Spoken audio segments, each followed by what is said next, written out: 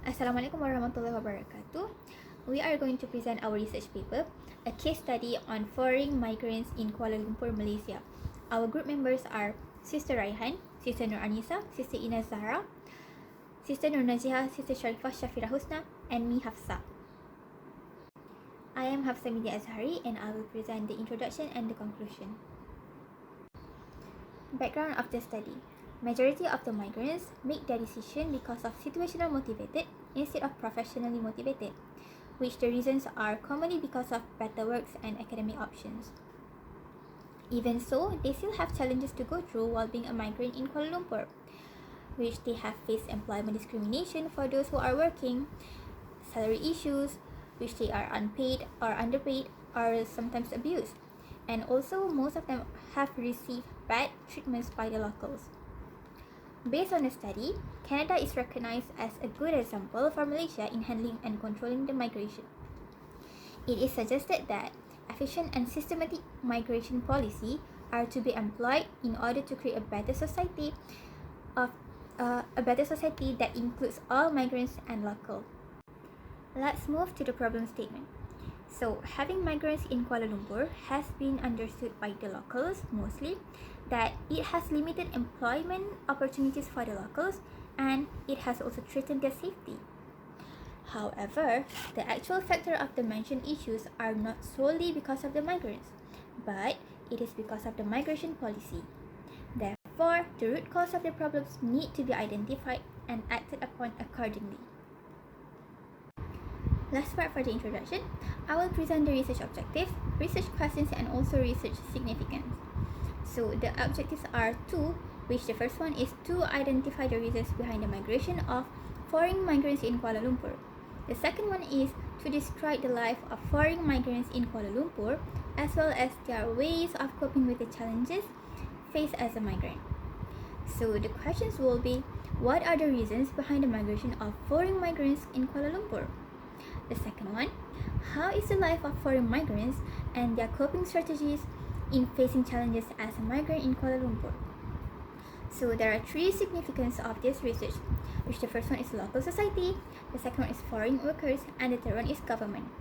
For the local society, this research might help them to have awareness and to have more empathy towards the migrants. For the foreign workers, this research can be their voice to speak up and to let the world know how they feel and how they go through their life in a foreign country.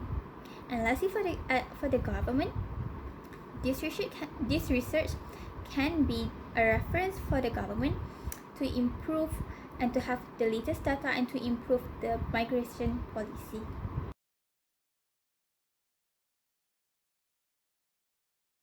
So moving on to the next part, which is literature review. So I am Shafirah Husna and I'm going to present about the factors of migrants workers movement and their experiences. So first we will look at the Sky 2015 studies. The article mentioned that one of the drivers of migrant movement is to aiming of high income nations to recruit health personnel from poorer nations.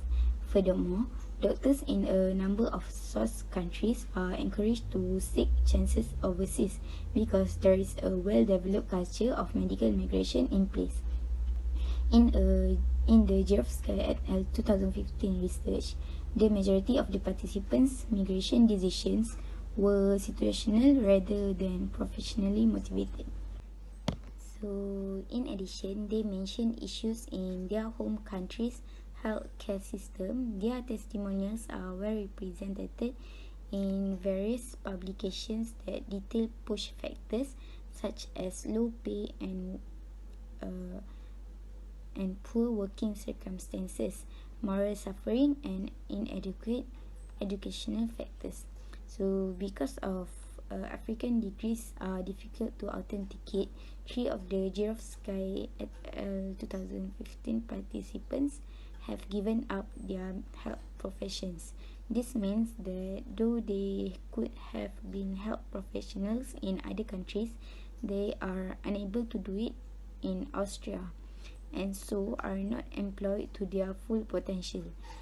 They expected and discovered better work options in Austria as well as better academic options. Many health workers from sub-Saharan Africa who want to work overseas cite a lack of opportunities as a major motivator. Next, bad working circumstances were neither the initial reasons for leaving an home country nor the real reasons for going to Austria. According to the majority of participants in Sky study, and the last factor is avoiding conflict situation. The majority of the participants arrived because of family ties or because of war scenario in their native country prompt them to seek safety in another country that they could find. So another study, Karim et al. Pointed out that the tendency of younger Bangladeshi people travelling to Malaysia to look for work is quite likely because they are unburdened, largely because they are unmarried and thus have no concerns for their family back home. So as we can relate the Sky studies with the scenario in Malaysia, we can see that Bangladeshi migrants work here because they are unburdened and because of unmarried, so they do not think about their family matters in their country. So next we will look at the Jafar 2012 studies. So there are two factors according to this article, which is income and unemployment. So income and unemployment in Indonesia function as positive driving forces for Indonesian migrant workers in Malaysia. This indicates that increased income and unemployment in Indonesia will be accompanied by an increase in the number of Indonesian migrant workers in Malaysia. So due to the lower value of the rupiah relative to the Malaysian ringgit, low-paying professions in Malaysia remain appealing to Indonesian migrants. So moving on to the next part, which is migrant workers' experiences.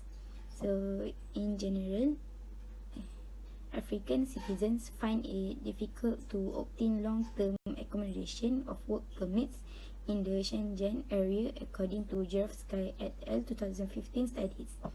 As indicated in Indicators of Immigrant Integration 2015, another danger to which immigrants are more vulnerable is ending up in inadequate housing, partly because they are often less informed about the rental market and partially because borrowing money is more difficult for them.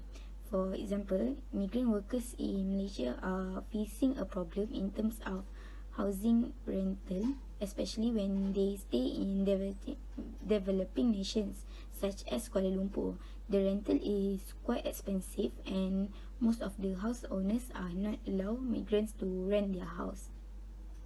So according to Sky et al. 2015, every employee who obtains a work permit in Austria must demonstrate proficient in the German language mentioned in the study. So we can see that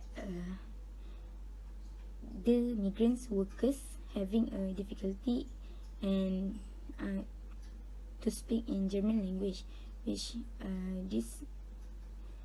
they are having problem in language barriers. So next, the interviews done by Saleh et al. 2015 with 5 nations contractor workers in the construction sector have a verbal and written communication challenge. So we can see that in Malaysia we also face the same problems, or migrants also face same experiences according to Sky et al. Studies. So every migrant workers will having this language barriers problems. So next, according to Noor at Studies 2017, employment discrimination is linked to psychological suffering. So despite the cultural similarities between Malaysia and Indonesia, these migrant workers said they were discriminated against. So Noor et al. Studies also stated that Indonesian immigrants in Malaysia do not have much legal remedy. This is because many of them are still unpaid, underpaid and abused. Many businesses maintain their employees' passports in order to use them as bargaining chips. So when one's status is illegal, the issue becomes even worse. And lastly, Noor studies also found that male migrant employees were more affected negatively by the association between workplace discrimination and psychological distress than female migrant employees. So as well, we all see, even migrant workers who are not in Malaysia, they are also having same problems such as language barriers, discriminations, and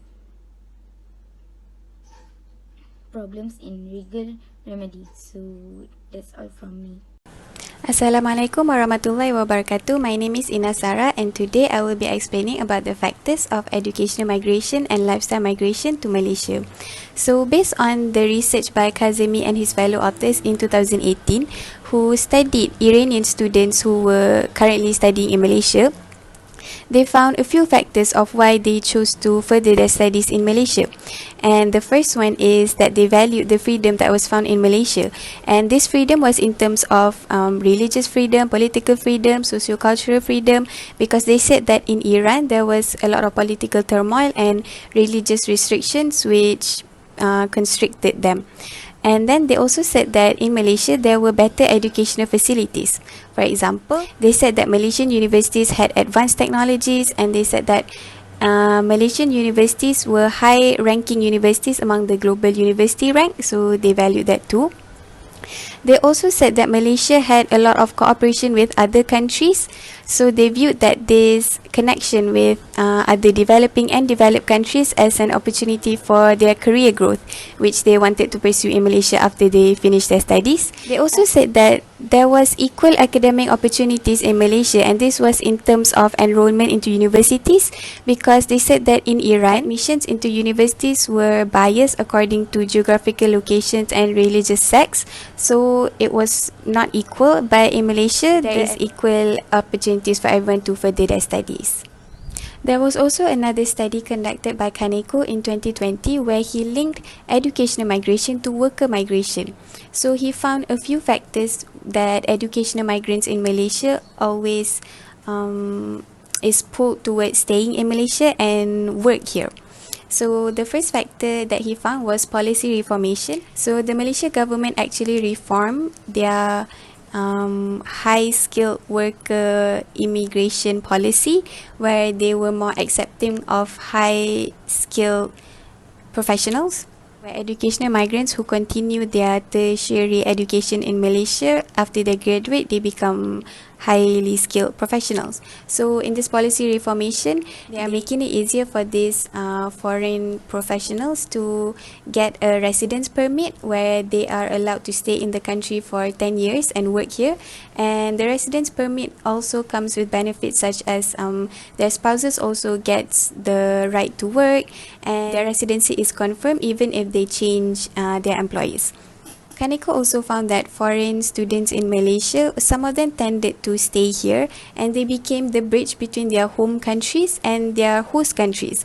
So in his research, he found that an African student who graduated in Malaysia decided to stay and work here, and he worked for an organization that promoted business exchanges between Malaysia and Africa. So him being an African and having studied in Malaysia, he was familiar with both cultures and he could facilitate those business exchanges very well. Kaneko also found a symbiotic relationship between Malaysia and these foreign students because he found that admissions of foreign students into universities outside of their country are often through word of mouth. For example, the foreign students, their friends from back home always ask them about how they studied in Malaysia. So they would tell them about the process that they went through and their journeys and how to apply.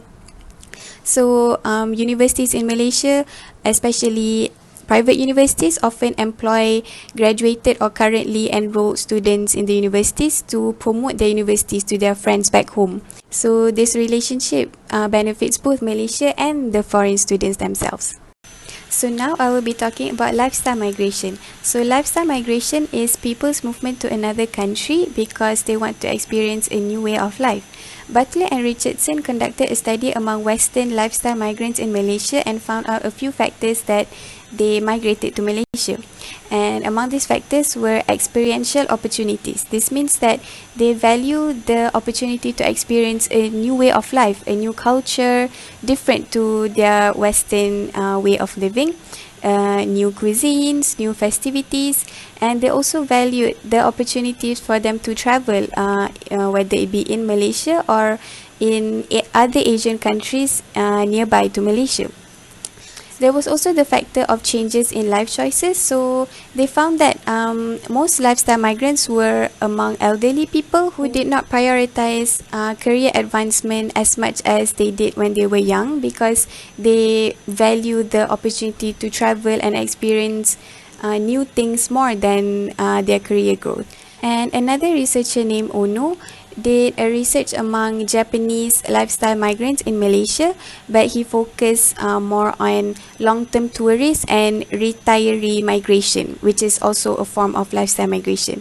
So Ono found that these Japanese lifestyle migrants came to Malaysia because of the Malaysia My Second Home program developed by the Malaysian government in 2002, where they invited foreign retirees to purchase a second home in Malaysia and migrate to Malaysia as a way to boost tourism and stimulate the economy because they encourage them to come to Malaysia for their retirement. Ono also found that in Japan, Malaysia was often promoted as the optimal retirement paradise for the elders to focus on themselves because Malaysia had a warmer climate and we have spacious houses, we have a lot of formal caregiving for elders.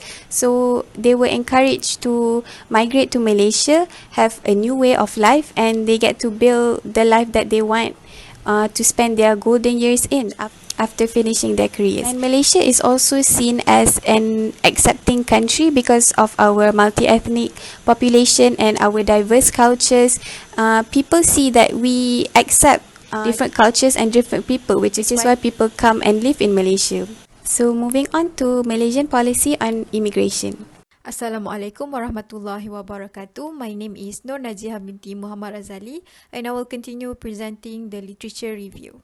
So for migration policy in Malaysia, our study also referred the studies by Aziz et al. 2017 and Maksum and Surwandono 2017. So both of these studies discuss the migration policy in Malaysia, whereby the strict nature of this policy causes the local employers to opt for the illegal means to bring the foreign workers to work in Malaysia. And then the studies also explore the migration policy in Canada, in Sweden and Japan for Malaysia to benefit from. So for instance, in the study by Aziz et al., it mentions that Canada has this program called Temporary Foreign Worker Policy, TFW. So this program will collaborate with the Citizenship and Immigration Canada, CIC, to bring the foreign workers to work in Canada. And then in Sweden, they have this migration policy where Sweden government allows the foreign workers in the country to receive either the Swedish citizenship or the dual citizenship. And then in Japan, the government, they suggest the NGOs to give support to these migrant workers who want to work in Japan. So that is all for migration policy in Malaysia.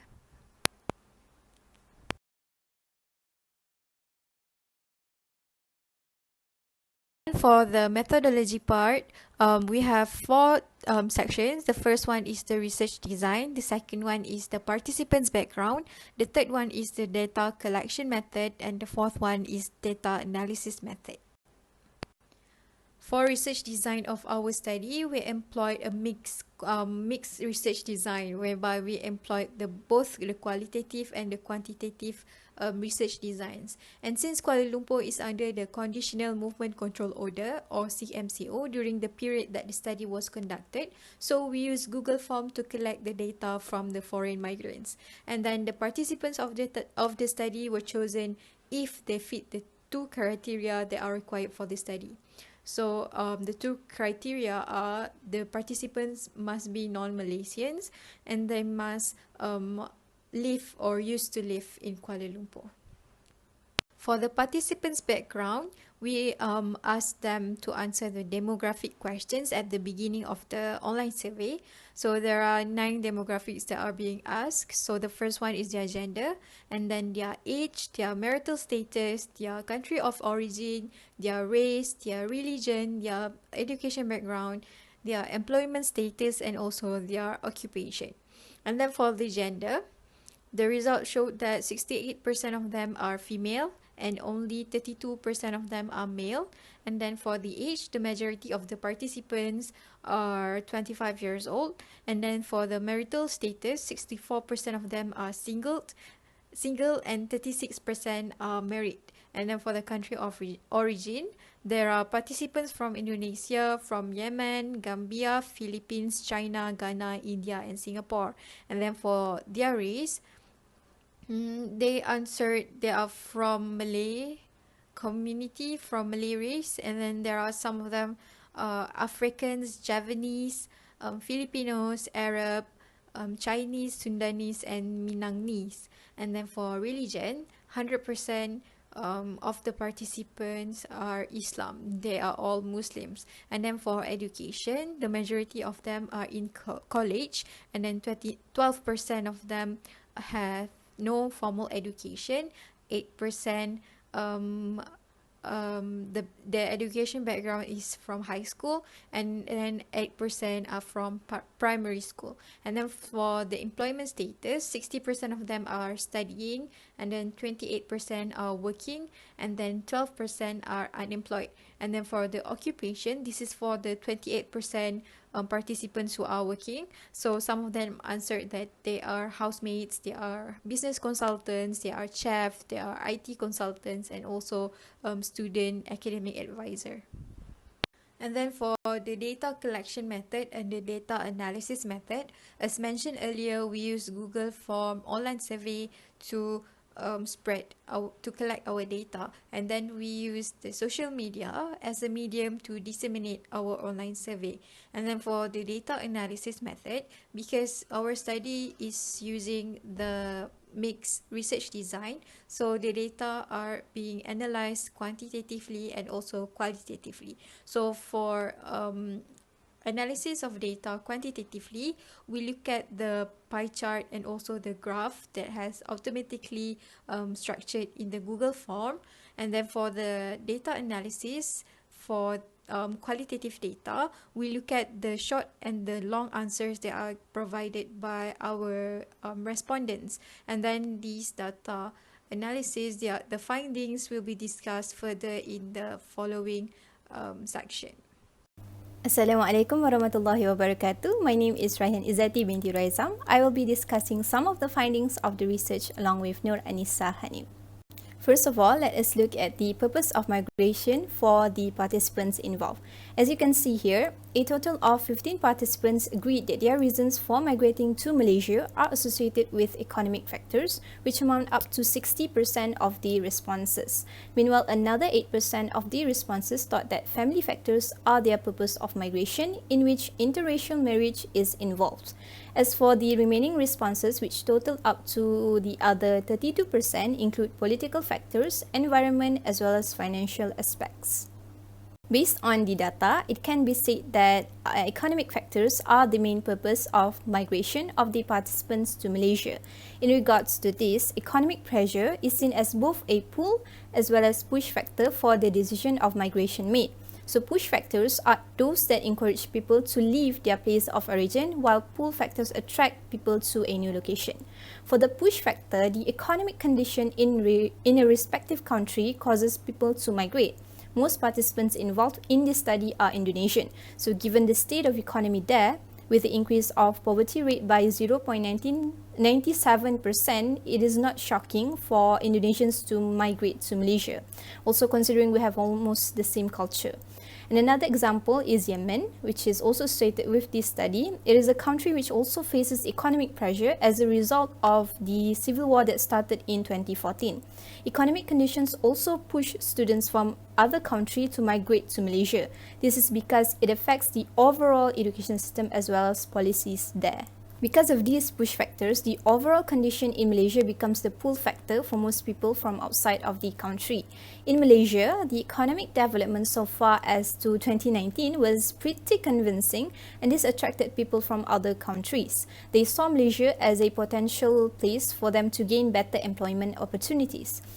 This is for the working foreign migrants. As for the student migrants, the education system in Malaysia seems quite promising for them when compared to the one in their respective countries, so they chose to come here.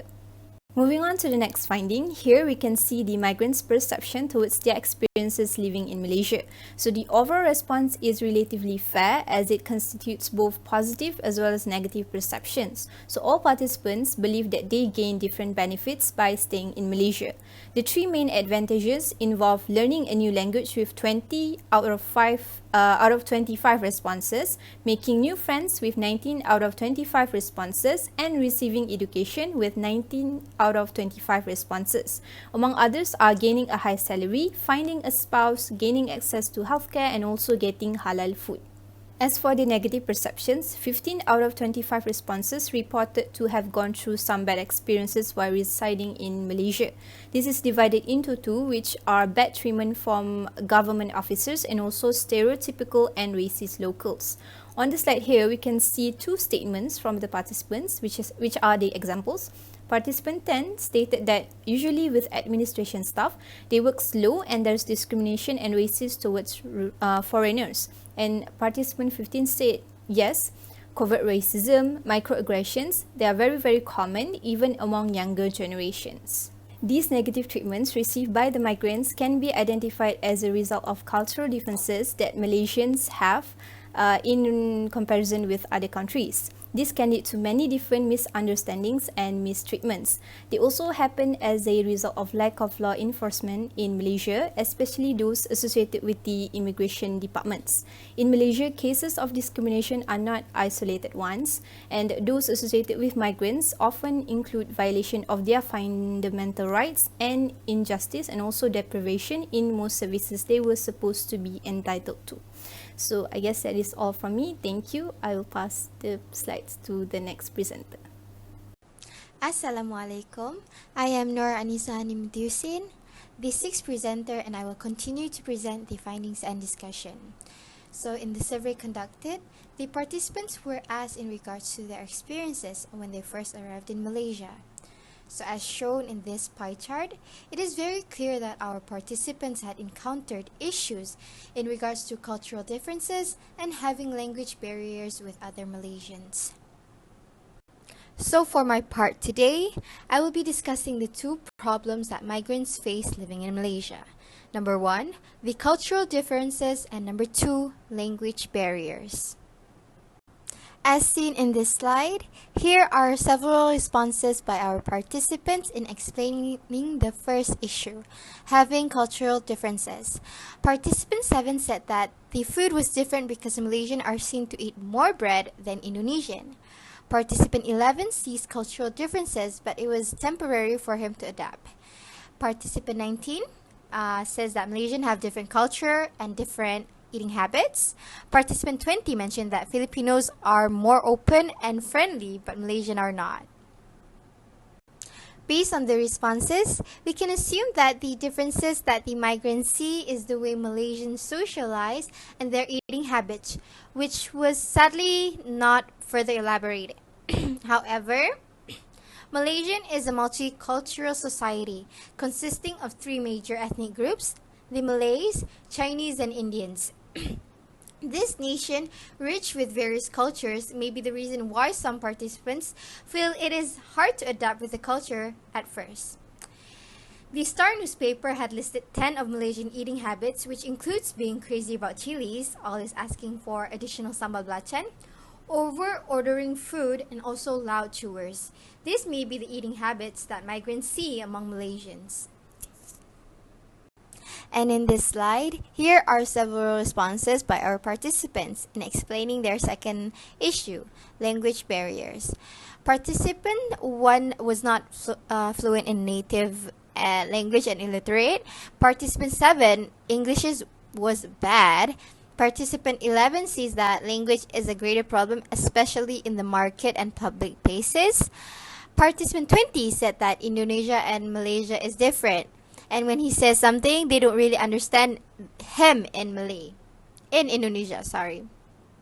So the last participant, he further mentioned that even though the Indonesian language was quite similar to Bahasa Melayu, there were several incidents where he was wrongly interpreted by a Malaysian. This problem of language barrier also occurred among the Yemeni, Filipino, Thai, Indonesian, Ghanaian, and Gambian participants. Language barrier is a serious problem among foreign migrants as it does not only involve learning the basic sentences of that language, but it also involves the pronunciation, slang, idiomatic expression, and also non-verbal body languages and behavioral tendencies. Before I end my part, I'd also like to share their efforts in overcoming the problems and adapting with the Malay culture, which was asked in the survey. Majority of them answered that learning the Malaysian culture and using the Malay language was among their efforts in adjusting with the new environment. That is all from me today. Thank you.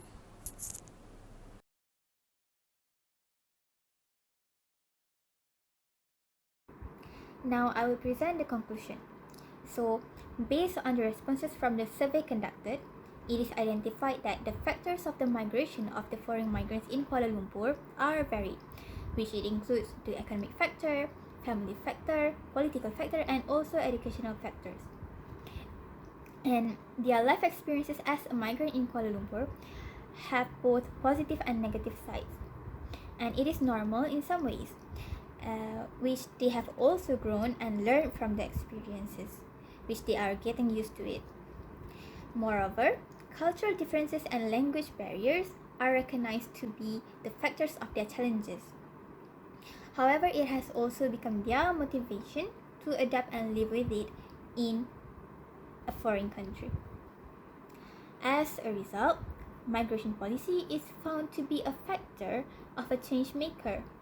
It needs to be checked and improved in order to have a better society. And more research needs to be done in order to maintain the efficiency of the migration policy. That's all from us. Thank you.